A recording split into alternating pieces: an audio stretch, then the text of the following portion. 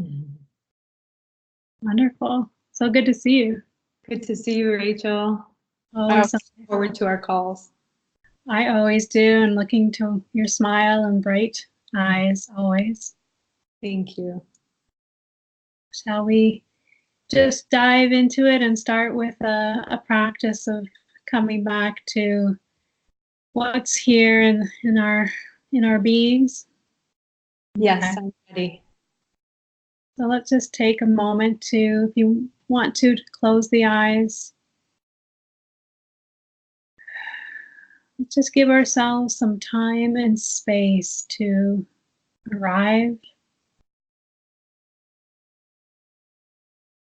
allowing our body and breath to settle.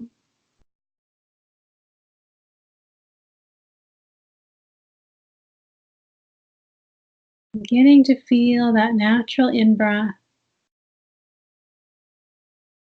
and that natural out-breath.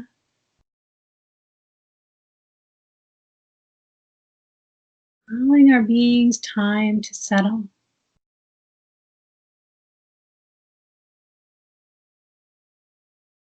If there is any frenetic energy from the day, just taking this time to let your being settle. Allow the feet and the legs to settle.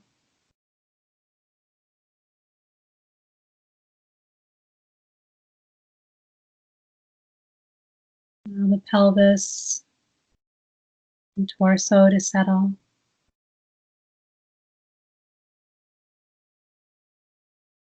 And just feeling that breath at the center of the body.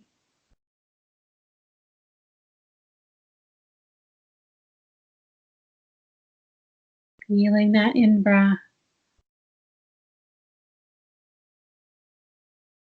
Feeling that out-breath.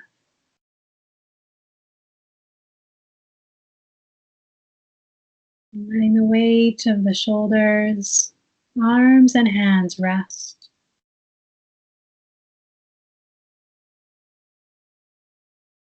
Any tension around the neck, letting that relax.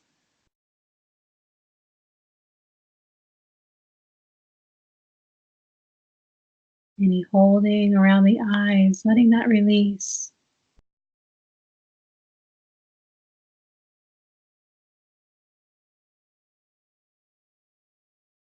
Allowing the area around the mouth and the jaw to relax.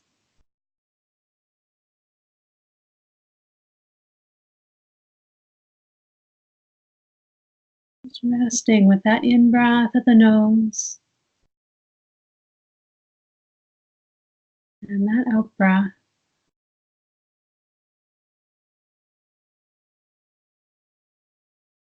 Starting to feel the body and the breath come back into our awareness.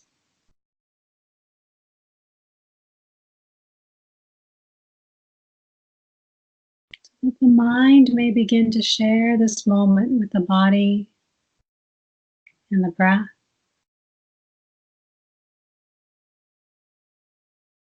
Just naturally providing an opportunity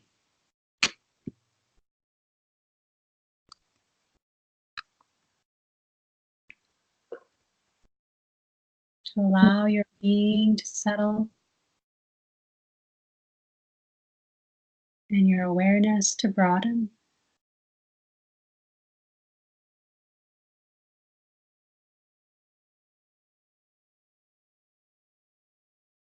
Just taking a moment here to rest and breathe.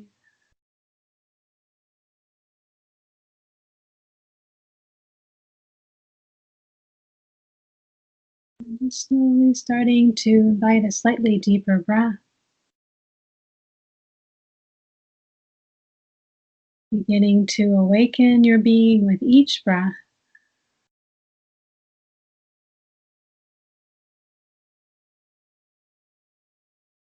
And when you're ready to do so, allowing the eyes to open. Coming back into the room. So nice to come into a room that way. Thank you, Rachel. My pleasure. So our chats today, I think every day always center around presence, coming back to awareness, isness, whatever you want to call it, and just having more and more opportunities to be in that, and not only on our own, but with others. So what would you like our chat to be about today, centered in that feeling of presence? Well, it's always so nice to come back into alignment, into that awareness, into that space, because I think we don't always find ourselves having that space to be, and to just allow the flow of being guided to,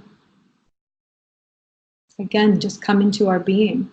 And I think the last conversation was really, really related to this, because we talked about belonging, sense of belonging. And the community. I think also our natural state is of separateness. And so most of the time, separateness is also related to mindlessness. And I think when we come back into alignment, we come into mindfulness. Because any moment that we're not into our self-awareness, we are mindless. And so I think it's having the presence of others invites our own presence. And your presence invites me to come forward and be into my presence and my awareness. Yeah, and same for you. That's why I think my being is, when it asked the question, how can I spend more and more moments in this light, or in these beautiful qualities, and in this feeling of presence, it's now very strongly pulled to how can I find time with others as well, so that we can remind each other of what we are. And the practice becomes even bigger than ourselves, because we're not the only ones holding that space, or we're not the only ones feeling, say, the universe moving through us. It's now there's, in other directions, it's being mirrored and reflected back to us, so that the ease in terms of being and remembering what we are, just seeing your eyes and the clearness and the brightness of it, it instantly reminds me, oh yeah, that's here, and that here and there. And then it helps me that this physical form reflects this thing that has no form. That is that love, or is that peace, is that spaciousness. And sometimes I too need a reminder of what's here, or how immense my being is. And for me to also be able to reflect how immense your being is, so that gives me an opportunity to allow my heart to become even brighter. So I'm really, really always asking now, how can we find more and more moments like this with all beings who want to remember what they actually are? That's really good. You know what? It reminds me of, this might not necessarily be, well, it's when we travel, right? Traveling is, the beauty of traveling is that it puts us in that state of vulnerability. So when you're traveling, it's like that in my experience, that every encounter that we have is sharing light, or sharing your being with people that just come across your path, because they are a part of your path. They will take you to the next step into your path. And it's so true, because in our day-to-day lives, we don't get into that space of vulnerability as easily. And that's why that this reminder, what we're talking about, having this reminder is so refreshing. And it's true, it's all around us. That formlessness, that spaciousness is all around us always. And yet it's about coming to awareness. It's about us realizing it from moment to moment, right? Because this moment is here and now it's gone. And anytime we can either choose to be mindful of it or it bypasses us. Yeah, I think what you're saying really resonates with me, because that idea of being separate, or that idea of isolation, and the community reminding us that we are not, and that we are actually so beautiful and so connected and so loving, and there's just so much here.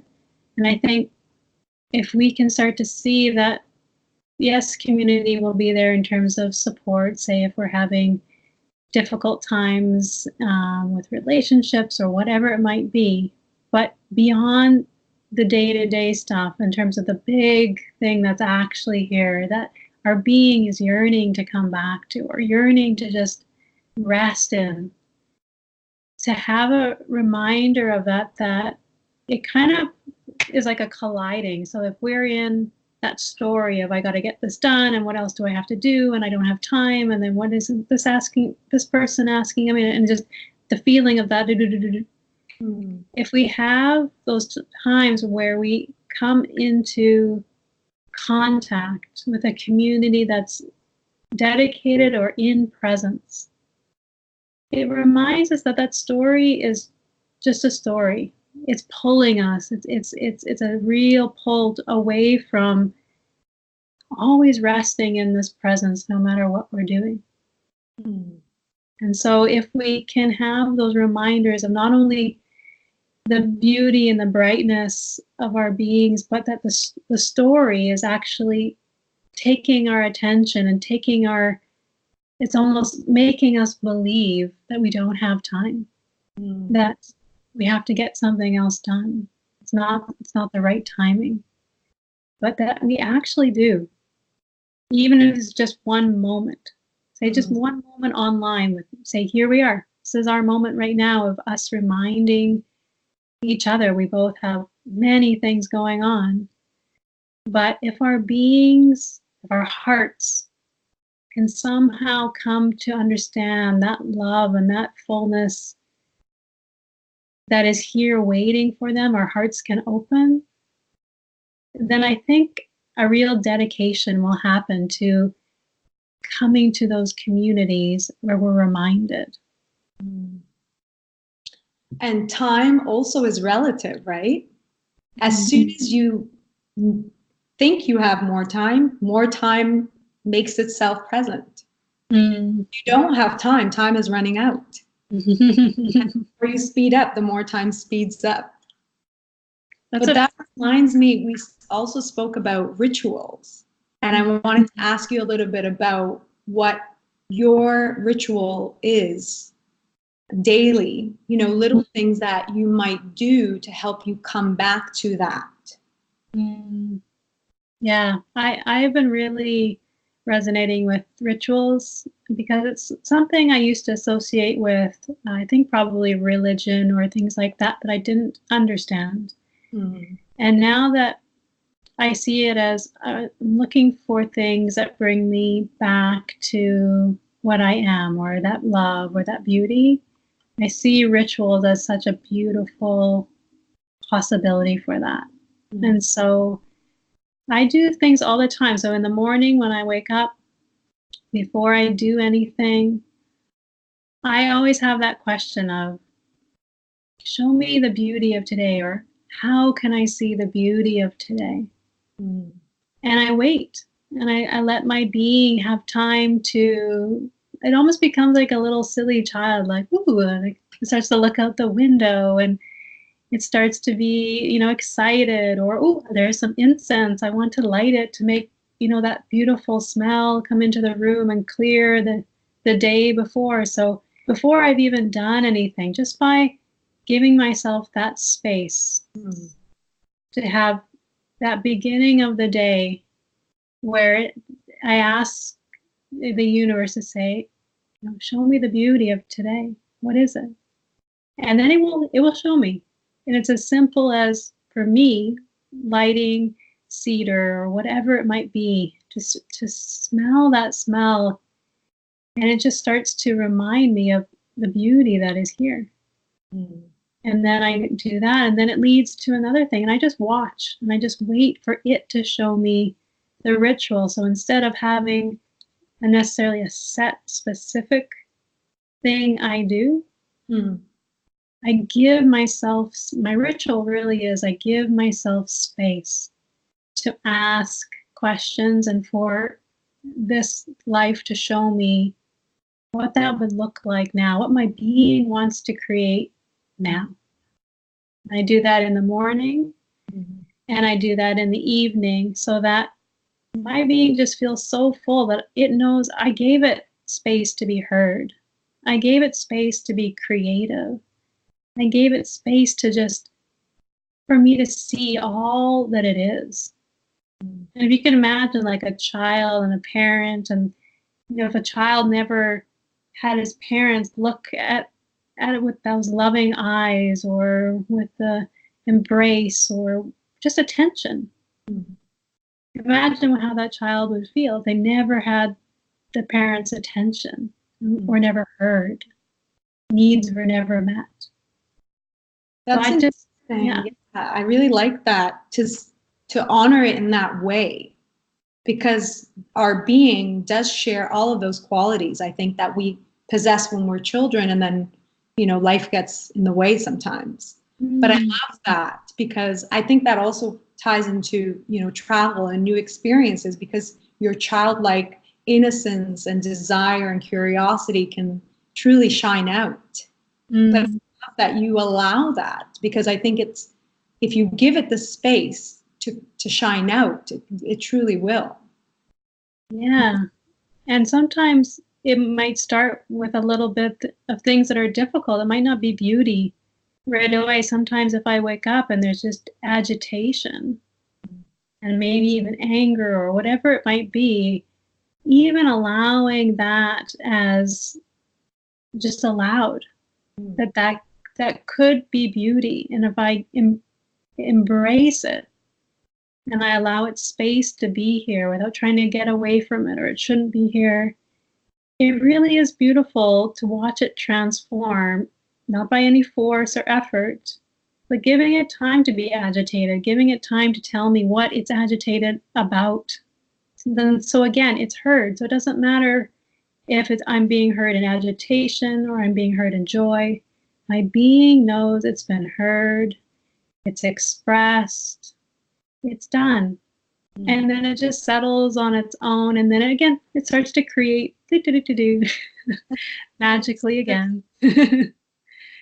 But I just saw this TED Talk on the signs of the universe.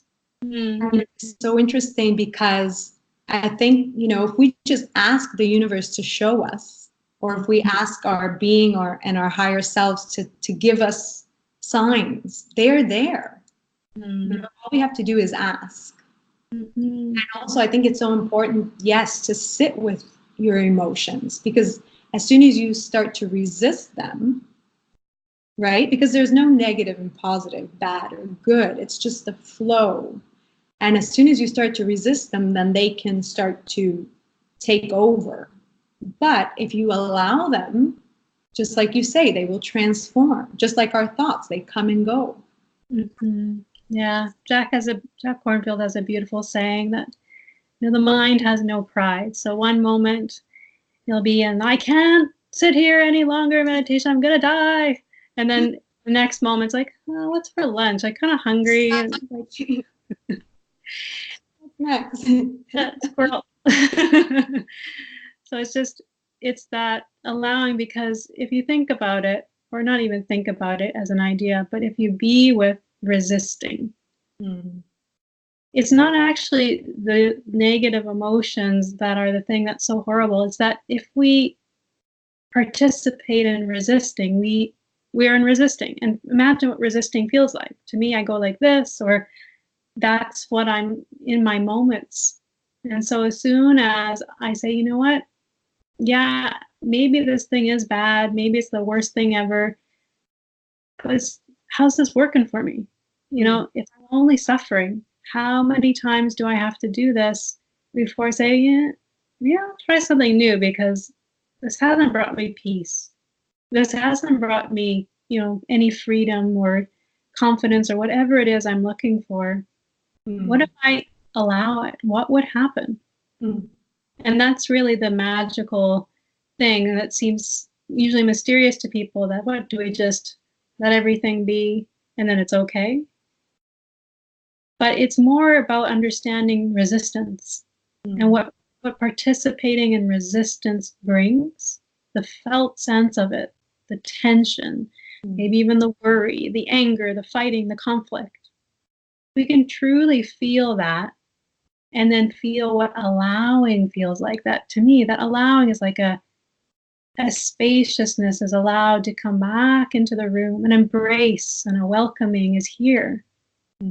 It will be undeniable what allowing versus resistance feels like, and then it becomes a choice.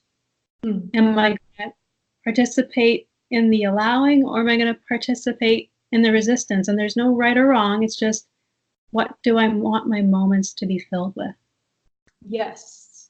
I think it also disempowers the resistance in a way and empowers you. As generally we want to be free of tension. We want to be free of the negative emotions that might come along. But again, if we start to resist them, that strengthens them. Also, I like the way you mentioned, because I like the idea of looking at it like a challenge instead of a problem, right? What is my being challenging me with today? This emotion has come up. Well, what is it here to say? Oh, yeah. I think they are just beautiful opportunities, almost like beautiful tests that the universe is trying to give us. It's saying, here, like, I'm going to try and show you one more time. Are you going to go the old way again? Or this time, are we going to truly see it? Are we going to truly feel it, so that we can have that aha moment? Oh, you're not here to punish me. You're not here to make my life living hell. You're actually here to just show me, oh, this might not be true. Or if I participate in this, I'll only get suffering. Oh, you're trying to actually help me. Yes.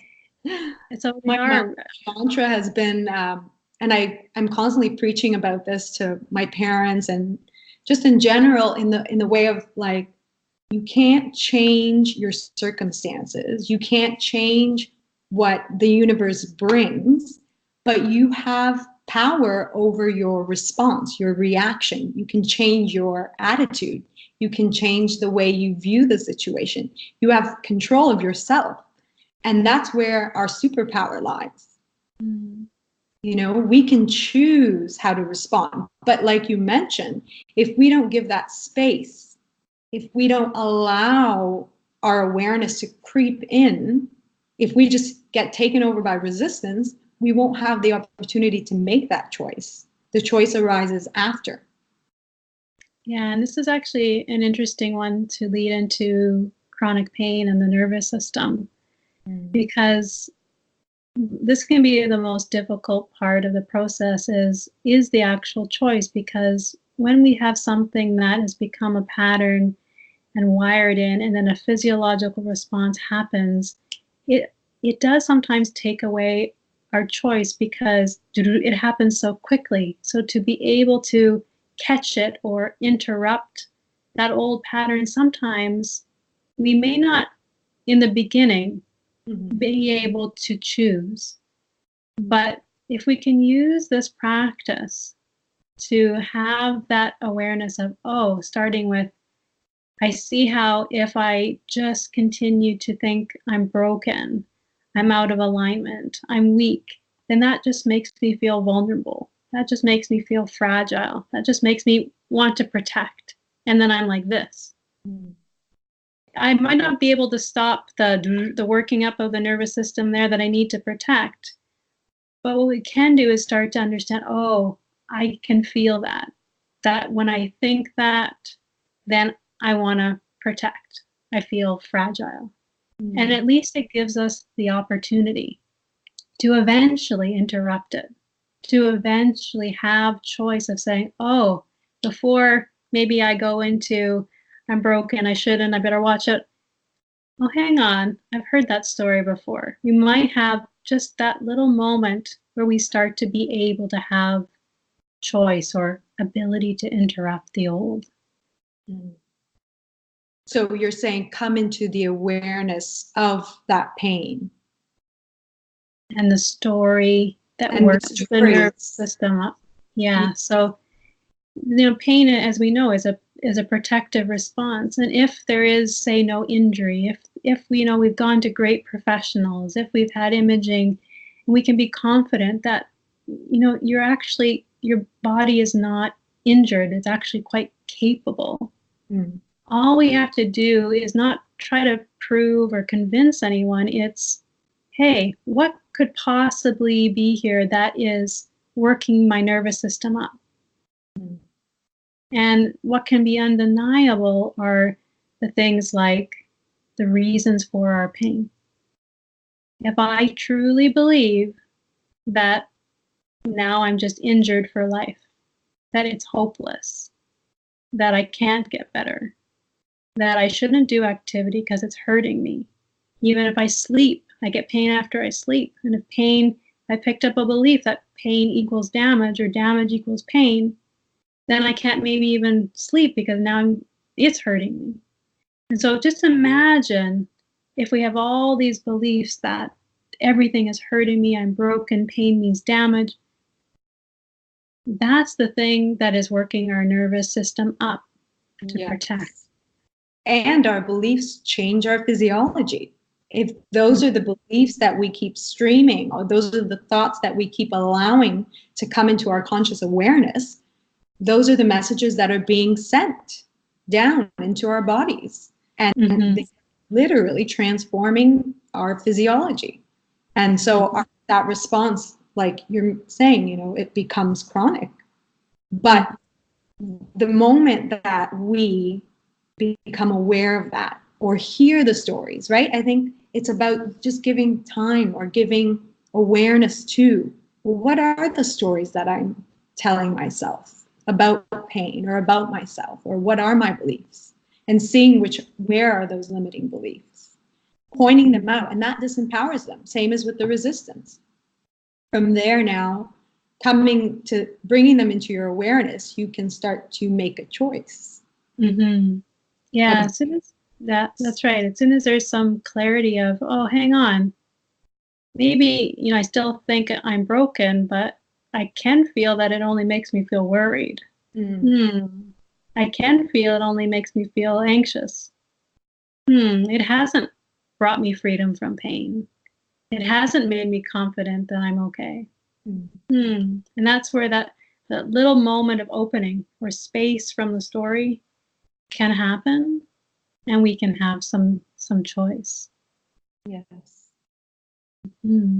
I think that also brings you power to then start, because I know a lot of patients and people that I've talked to and work with say, well, I can't just stop my thoughts, or I can't stop these negative thoughts from occurring. I can't just believe something that I don't believe.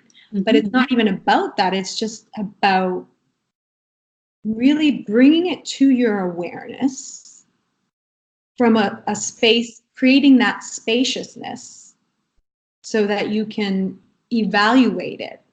Where is this belief? Is it credible? You're giving credit to a certain belief, but should you?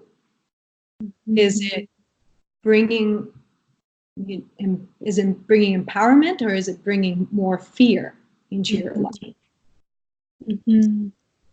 So there's definitely a different path to take. There's definitely a different way to think about the situation, but it's just a matter of starting there.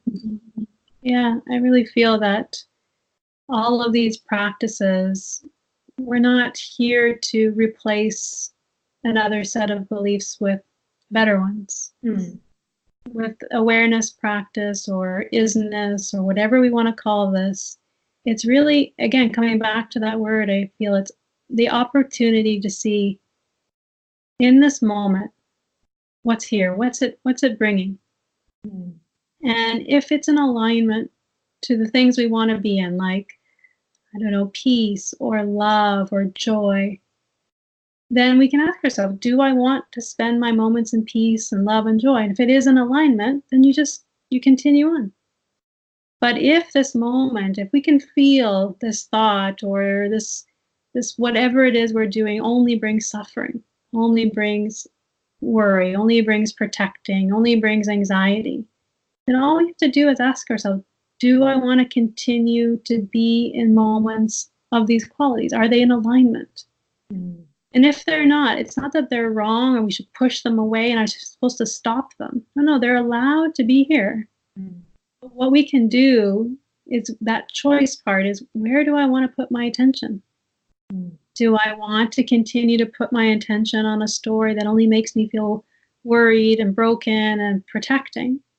Or am I going to choose to try, where am I going to put my attention? Am I going to put it on my cup of tea that I have here? Am I going to put it on these beautiful eyes and smile that is in front of me? Sometimes breathing, whatever, it can be anything. But that thing of, this practice brings us the insight of what's here right now. And we just get to choose, do I want to participate in it or not? And that's how we start to break cycles that are just kind of run wild in terms of being wired together that aren't serving us anymore. They're only bringing suffering. And go ahead. Yeah, and to mention that attention is our power. Attention is our currency in a way. And just like we were saying earlier, how quickly we're able to shift our attention, the weather, to, I'm in pain. But just like that, if you practice, it gets easier. It gets easier to redirect our attention and to redirect our thoughts to go down that path and not the typical path. And to me, the practice is more about, and keep letting our beings know that I have the ability to choose where I want my attention, rather than trying to put my attention on something specific or not on something. So the practice, again, to me, is more, about reminding our beings that we have this ability and that we can play and we can try it out, rather than the practice of only trying to be here and not being there. So if we can know that we've got some flexibility and fluidity and playfulness in this practice, and we just have to keep reminding ourselves of, oops, went back into the old stuff. Whoopsies. It's not wrong, but yes, it's not wrong. It's just like, oh, whoops. And then reminding ourselves, oh, that's right. Okay. I do have the ability to choose where I want my attention. Asking those questions. What do I want my moments to be filled with? Or what does beauty look like in this moment if I were to be in it? And those are the things that are going to remind us of, oh, okay, don't have to be in something specific in terms of right and wrong, but just let me have some space and time to come back to the beauty that's here. And just like that, if you catch it once, if you become aware once and catch that story, that's all it takes. If you've done it once, you can do it again. Yeah. For many people, it's just that small, that first, oh, wow, this is going through my head and I didn't ever know this. It's so a part of us in some way. It's so conditioned. We're so conditioned in that way. But catch it once, and from there it gets easier. And the more you practice and have rituals, to allow that spaciousness. And really, that's when the time arises as well. All of a sudden we have the time to do this. We give ourselves more time. The space-time continuum, right? We somehow shift it. And it's no longer, oh, I don't have time for anything. I think that's beautiful what you said. It truly is just once. It's in you. You know it now. Yeah. You know it's possible. You know the result of what happens when you do catch something or you do make a choice that interrupts an old pattern and takes you to something new. You feel it. Yeah. And that's something that they can trust. It will always be there for you if you want it. Yeah, and it's just about becoming curious, like, can I experience this? Because everybody can, right? But it's just, taking that first step to question your current situation and to really, come into alignment with yourself and truth and honesty about where you are and is it in alignment with where you want to be? And if it isn't, to then make a choice. And then that's that beauty again, I think, of community where if, say, we don't know this exists, we don't know this is possible, if we happen to run into the opportunity where someone is giving us this opportunity to have a direct experience of right now, and gives us that insight of what's here and that choice, then, as you said, it's in everyone. So everyone can do this. And if all we do is give them the opportunity, we'll allow those beings to flourish and to thrive. And it's truly amazing how incredible each person is. Even if we're suffering, even if we still have lots of anxiety or we still have lots of sadness or difficulty, there can still be such bright light that is here, even amongst the suffering. We do not have to wait until there is no suffering for this light to be felt and to be seen and to be nourished. And so if we can just find those beings that are ready, those beings that are looking, those beings that are open, it's amazing what can happen. And, group meditating is so powerful. If you meditate and have, life-changing transformational experiences on your own, that becomes immensely doubled, tripled, it becomes so much more powerful to do it together, to put our hearts together. What's felt too, whether you're online or in the actual space together, what is in the space, what is being held is felt. And so to have that ability to take in the teaching or take in the ability to have the direct experience of right now becomes such a facilitated process with everybody holding that space, and you feel each person's dedication and groundedness and readiness to be here, be in whatever is here. And when you feel that in a room, it's so like there's almost like a smoothness that comes into the room and a breath and a warmth, and it's such a grounding experience, like being by, say, a lake and the forest, where it just has that natural harmony and sounds that are going on, flowing just effortlessly.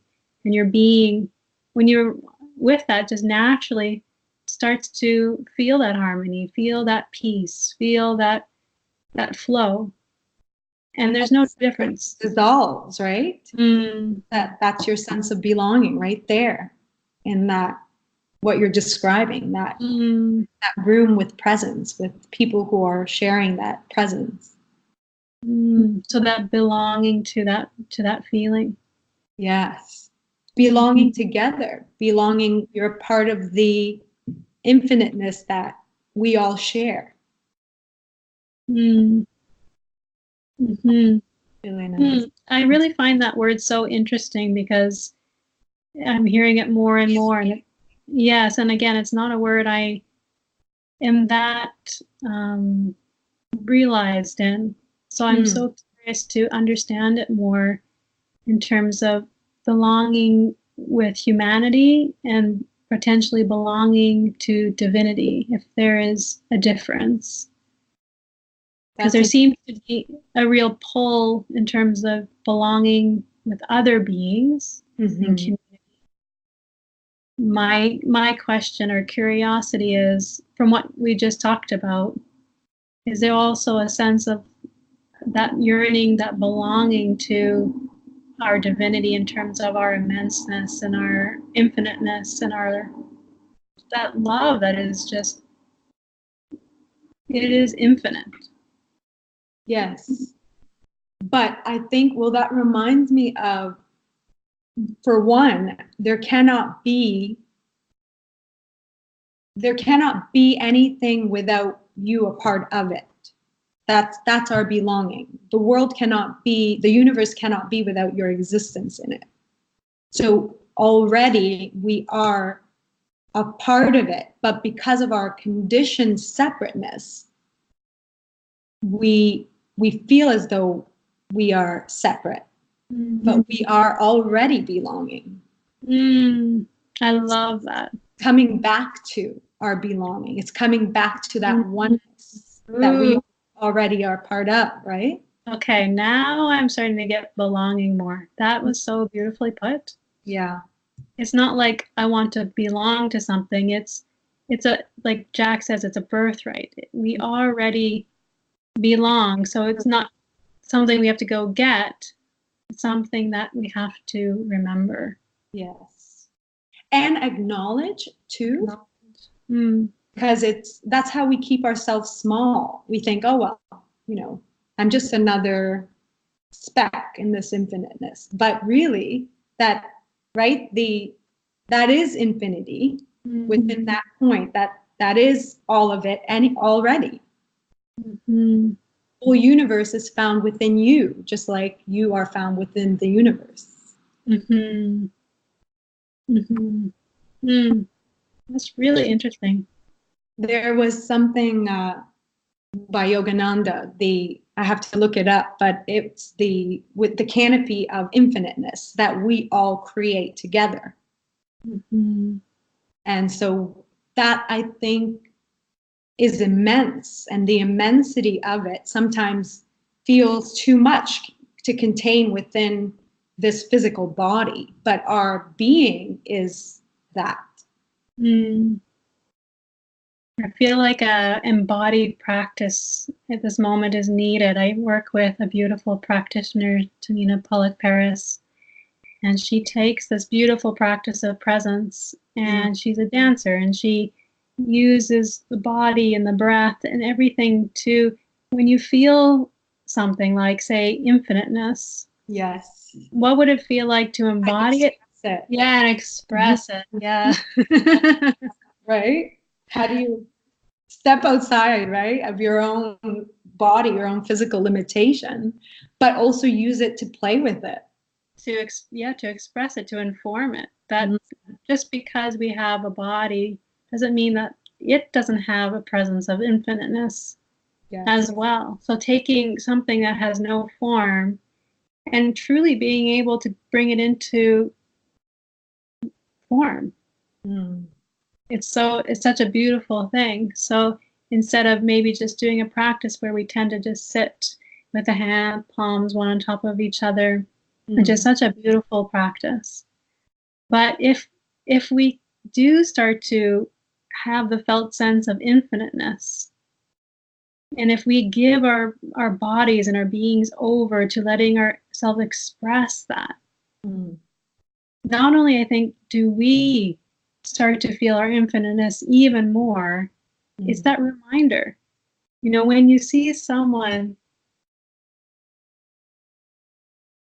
just go into the felt sense of it, what does it spark in another being? Yes. And maybe it sparks it, maybe it doesn't, but if it comes from that place of the felt sense, not a trying to be infinite, but it's the truly that quality building and building and building and building until you are it. Then imagine just sitting in that, and whenever it comes to you, movement is allowed in the practice. Embodying and expressing something that has no form, peace and love, can be seen, may be heard. Yes. And you really, I've seen, sometimes dancers that are able to so let go to, you can see that divine energy being channeled right there in front of you directly. You can witness it. You can be witness to it. And it's such a profound experience, both for the dancer and the audience, I think. Which is such an easy way to communicate. Because when you think of, say, again, chronic pain, and for holding all those beliefs that we're broken and injured and shouldn't have to be careful, usually the being is very tight. Yes. Because they've been in protecting. Yes. And to me, that is an embodiment of I'm not safe. Yes. I'm broken. So imagine what would happen, not in terms of posture, if I need to be in a perfect posture to get better, but the posture might actually be the key to embodying safety. Yes. To embodying I'm okay. And what happens to the neurophysiological response when we are embodying a posture that reminds us of safety and love, and we're okay? Absolutely. That's so good, and that's so true. And I know when I've worked with chronic pain patients, we talk about body language and posturing and what that does to our psyche and to our perception of pain. So sometimes, we might not be aware of the postures we can go into, especially if we're angry or in pain, or we close up our heart. But the minute you can point that out to someone and say, if you think about the postures you get into on a day-to-day basis, even when you're just doing things that, washing the dishes or checking that posture and changing it will alter your mindset as well, will alter your perception of pain, everything, right? Like power postures, the ones that you can get into before a meeting or before an interview so that you can come out with more confidence. It works. I mean, absolutely. Yeah, and if we can guide it into those postures with, again, those questions. So, and if we don't know what embodying love would feel like, or just not even express, but we might not even know or remember that love. We might not remember what peace feels like. And so we might have to start with, what does love feel like? What does love look like if I was embodying it or speaking from that voice? We might have a blank for a while. Yeah. We might have to just try some things out to see, is this what it feels like? So if I talk to you and say, I love you, I feel like the embodiment. We have to see, what actually feels like it and expresses it. And then our whole being will know. And then it will start to naturally and organically be it. So that we know it's okay not to know it. It's okay that we might have forgotten, but it's here. And we just, again, need to give it there. It's there. Just give it space. Give it opportunity to come back out, and it will. So should we maybe close with a practice of not only coming back to breath, not only settling the body and having this beautiful practice of choice of where our attention is, but what if we take that practice and start embodying and expressing it through our being? Mm. So I think what we could do is just take one quality from today, whether it's belonging, that would seem to be a very big thing, or allowing, Yes. just one thing, and just ask our beings, what would it look like to embody that? And as we just sit and breathe for a few moments, let's just be in whatever comes to us. So if it's, say, belonging, ask my being, what does belonging look like and feel like? And I have to wait for a moment because I'm not quite sure. That's a new one for me, belonging. But because you've expressed this idea that it's connected to the universe and it is part of our birthright, not only of the universe, but of humanity, that belonging, I start to get the feeling of like a circle here in terms of humanity, and then feeling of a deep knowing here that there's a belonging that is connected here. So for me, I think I would start in my practice with more movement rather than static posture to express belonging with humanity and belonging with divinity.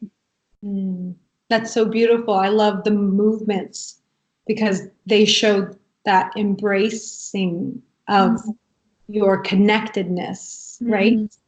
Through every direction, every part of your being, because it's the universe within connecting to the universe without. I like that. But yeah, you would probably have to get into some ecstatic dance movements, right? But To even truly, yeah, and maybe it extends even further. I don't know, but if I just wanted to sit here, I could just do something very, very small to feel that sense of humanity and that belonging to it. And that sense of divinity, that connection of the heart up into the heavens and the sky and beyond, where I can't even imagine where it goes, but it's infinite. That knowing that I belong to that. Wow, it's a very grounding feeling to know that I belong to that. Just, yeah. so beautiful. I love that. So let's just take a moment. Experience of it, because it is. I think it's such a grounding, heart-opening, wonderful feeling of peace, of unconditional love, self-love, and unconditional love. Should we take just one minute to be in that sense of belonging? Yes. Good. So let's just take a moment, just natural breath, whatever it is. Feeling that in breath. Feeling that out breath. With that settling of your being, just let your being ask that question. What does belonging look like and feel like? Just let it sit with you for a moment.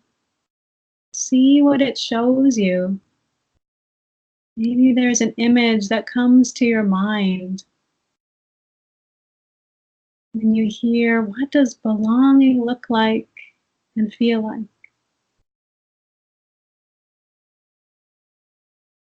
See what parts of your body might become a little bit more heightened in its felt sense when you hear that word belonging.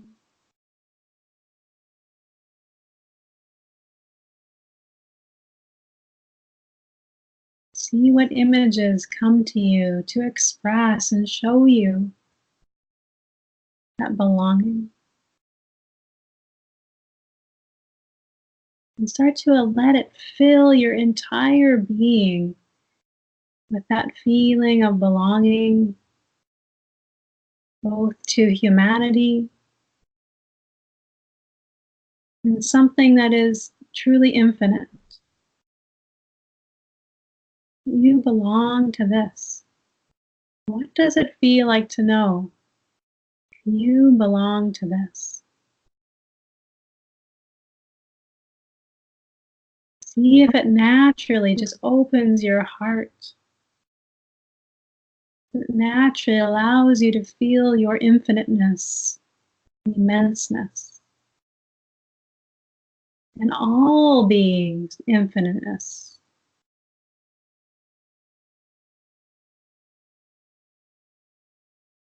And if for any moment you feel a sense of movement that wants to be expressed through your being, to embody and express this belonging, just wait for it. It will show you.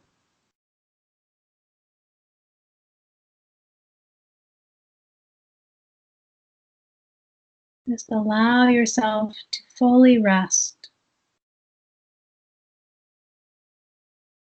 in that sense of belonging.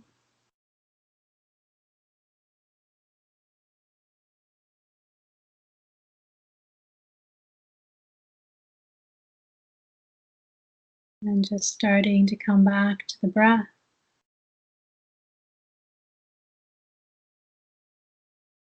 Beginning to awaken your being.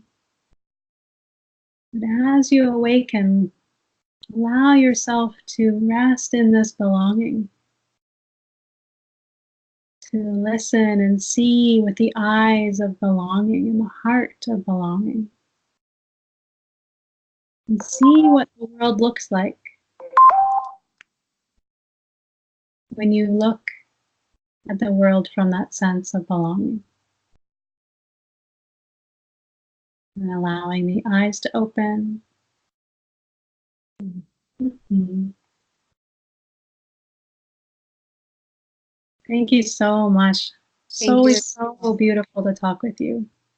That was so beautiful. Thank you for that closing meditation.